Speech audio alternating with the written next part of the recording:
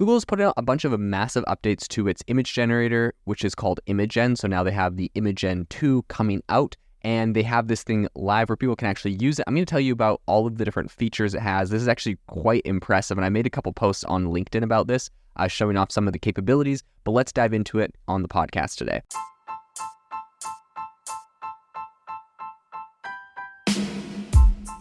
Welcome to the world's #1 AI podcast, AI Chat. I'm your host, Jaden Schaefer.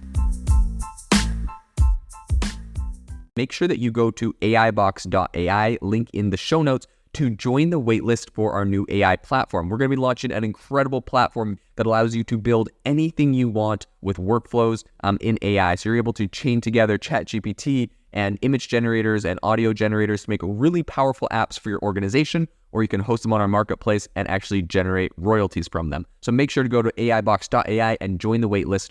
In addition, if you like the podcast, if you could do me a massive favor and please leave us a review on Apple or Spotify or wherever you listen to your podcast. This helps me be able to get better guests on here as they check the reviews to see how you guys are liking it. So if you could please do that, I would really, really appreciate it. Have you ever wanted to start your own podcast? I record and publish podcasts on a platform called Spotify for Podcasters, and I absolutely love it. Essentially, you can upload from your phone or computer, and it distributes to every platform that plays podcasts. They support video podcasts, and you can make money on the platform with ads or even podcast subscriptions, something that has made my life so much easier as a podcaster. So if you're interested, I highly recommend you give it a try. You can download the Spotify for Podcast app or go to spotify.com/podcasters to get started on your podcast today. This, I think, is a really big move for AI image creation. So Google has announced the availability of its second generation AI model, which is Imagen 2. And this is going to be for some select Google Cloud customers, and they're doing all of this through Vertex AI, which is like kind of their hub for AI, their AI tools on the Google Cloud platform. But in any case, Imagen 2, which is an enhancement over, so they had like the Imagen 1 or whatever. This is the updated version. This was initially previewed at Google's I/O conference like way back in May, and it is now finally, I think the first version, but now this new version is finally coming in, and a lot of people are really excited about it. So this was developed with technology from Google DeepMind, but essentially Imagen 2 has some really big improvements in image quality. So despite Google's initial they were kind of reluctant to release image samples, the model now has a bunch of new features.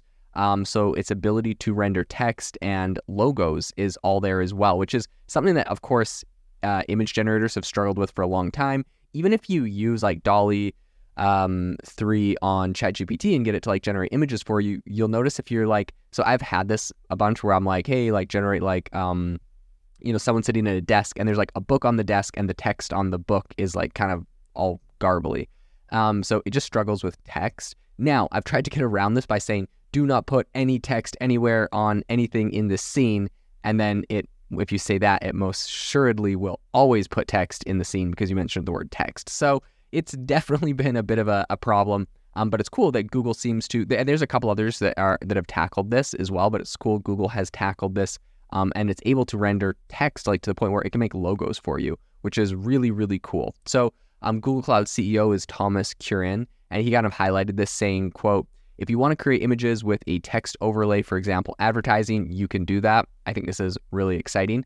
This is really positioning itself alongside some other competitors like OpenAI's DALL-E 3 and also Amazon's Titan image generator. So Imagen 2 has a bunch of unique features. For example, it does multilingual text rendering and also logo overlays on a bunch of different surfaces. So Vishy, who is the head of generative media production at Google, detailed in a blog post that Imagen 2 can, quote, generate emblems, lettermarks, abstract logos, and has the ability to overlay these logos onto products, clothing, business cards, or other surfaces. This is really cool, right? So beyond just like, hey, create a logo for me, it's like, create a logo and put it on the t-shirt, put like a logo for X, Y, and Z on the mug, on the table. Like you get really in depth now that you're able to do this. You're essentially like, it feels like you're making images within images, which is really, really exciting. And of course, for people that do print on demand and all that kind of stuff, this is going to be amazing, right? Now, something that I think is really interesting is, big companies, there's a lot of talk right now about, Adidas, for example, would be using right now a ton of different models to model their clothing. Well, there's a ton of different tech out there now and a lot of tools like this where essentially They can just get a picture of the shirt, get a picture of a model, or just AI generate a model and put the shirt on them. So like saving a lot of money on models, and a lot of people are asking, what's happening to the model industry? Because eventually, and I know people are like, well, it's not yada, yada, yada. Okay, well, eventually this all gets to a point where you can pick any place, you can pick any person, or just have it generate a person with certain characteristics in a certain place with a certain piece of clothing. And very quickly we're going to get to a point where models will be essentially irrelevant, although, that there's all sorts of arguments around that. And whether you like it or hate it, I'm not saying this is good or bad, but I think this is where it's going, and we should probably start having conversations about that entire industry that essentially is going to disappear as these image generators get better and better. So in any case, Imagen 2, it's got some interesting training and modeling techniques to kind of help its ability to understand descriptive long-form prompts and also offer detailed answers about images and image elements. So this new advancement they just added into it it also works with its multilingual capabilities. So this is allowing the model to translate prompts from one language and produce outputs in another, which is pretty cool. Like if you think about it, you'd be like, hey, generate like New York City with billboards for like a bunch of perfumes that do X, Y, and Z, and translate them all into Spanish. Like, you could do all sorts of really, really cool, interesting things as you kind of do these cross-language translations. So one really interesting aspect of Imagen 2 is the use of Synth ID. So this is a DeepMind developed approach to embed invisible watermarks into its images. So while the watermarks claim to be, they're essentially resilient to various edits, right? People were saying, well, what if I crop it? What if I shrink it? What if I change the color? What if I reverse there's all sorts of like little image manipulations you could try to do, stretch the image a little bit, like wider, narrower. Apparently, these new watermarks are, they're able to get around that, and they can only be detected using a Google provided tool. So their existence is essentially, right now, a lot of people have concerns over these AI generated disinformation or whatever. People just want to know if something's AI generated. And I think we're going to get to the point where every, piece of AI generated content is going to have a disclaimer on it saying that it was AI generated, particularly images. And, this is going to be a way that you'll be able to detect that. So Google's not talking a lot about the data set that they use to train Imagen 2. So a lot of people are, raising questions, being like, hey, did you just scrape the whole internet like OpenAI always does? And then they're kind of mad about them using other people's data.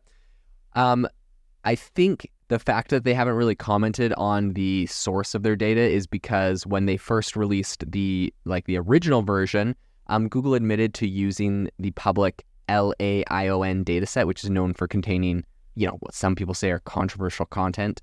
But essentially, the legal landscape around the use of publicly available data for commercial AI models is not settled right now. So there's a bunch of debates going on over fair use, doctrine, and that kind of stuff. And so I think for that reason, Google probably is using the same data set or others that people would be upset about, and that's why they're not really talking about it much.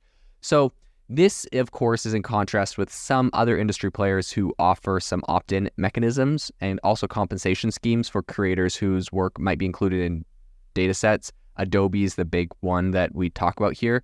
But this decision is also, copied by several other big tech companies like Amazon, who isn't, I don't think, compensating anyone. So Google has introduced an indemnification policy to shield eligible Vertex AI customers from copyright claims related to training data and Imagen 2 outputs, which is interesting. And I think Adobe might have been the first company earlier this year to do something similar. But the policy expansion comes as a bunch of people are concerned over, quote unquote, regurgitation in generative AI models, where a model might produce exact copies of training examples, right? So just like recreate an exact photo. So an academic study revealed that the first gen Imagen wasn't immune to this problem. So it inadvertently generated identifiable personal photos and copyrighted materials. So I think that's the big controversial thing here, right? And the concern is, of course, really big in the corporate world, with a recent survey by Acrolinix finding that nearly a third of Fortune 500 companies view intellectual property as their primary worry regarding generative AI. So I think right now, as the AI field continues to really evolve, Google's latest move with Imagen 2 is obviously really impressive, but there's, of course, the ethical legal challenges and all the stuff that's going on there. So it's going to be interesting to see where this goes. I will say something I was really impressed with when watching their demo on this was essentially they have the ability for you to take an image, and I think this directly competes with Photoshop, but they have the ability for you to take an image. I think they had an image of like a desk in front of a wall. They took the mouse and kind of like highlighted a square on the wall and said, put like a bookshelf, and then there's a little prompt thing on the side where they say, put a bookshelf with a bunch of books here on the wall, and it puts it in, and there was already like a plant in the way, so it kind of like puts it behind the plant. And this is what people are saying is impressive, is that it's like it understands the layers of the image. So when it generates something, it's like going behind another layer on the image. So it's doing some really impressive stuff. I'll keep you updated as we get to actually try this thing out, and I'll keep you updated on all the other latest news in generative AI and everything that Google's coming out with. This episode is brought to you by Shopify. That's the sound of switching your business to Shopify, the global commerce platform that supercharges your selling. Harness the best converting checkout and same intuitive features, trusted apps, and powerful analytics used by the world's leading brands. Stop leaving sales on the table. Discover why millions trust Shopify to build, grow, and run their business. Sign up today for your $1 per month trial period at shopify.com/tech23.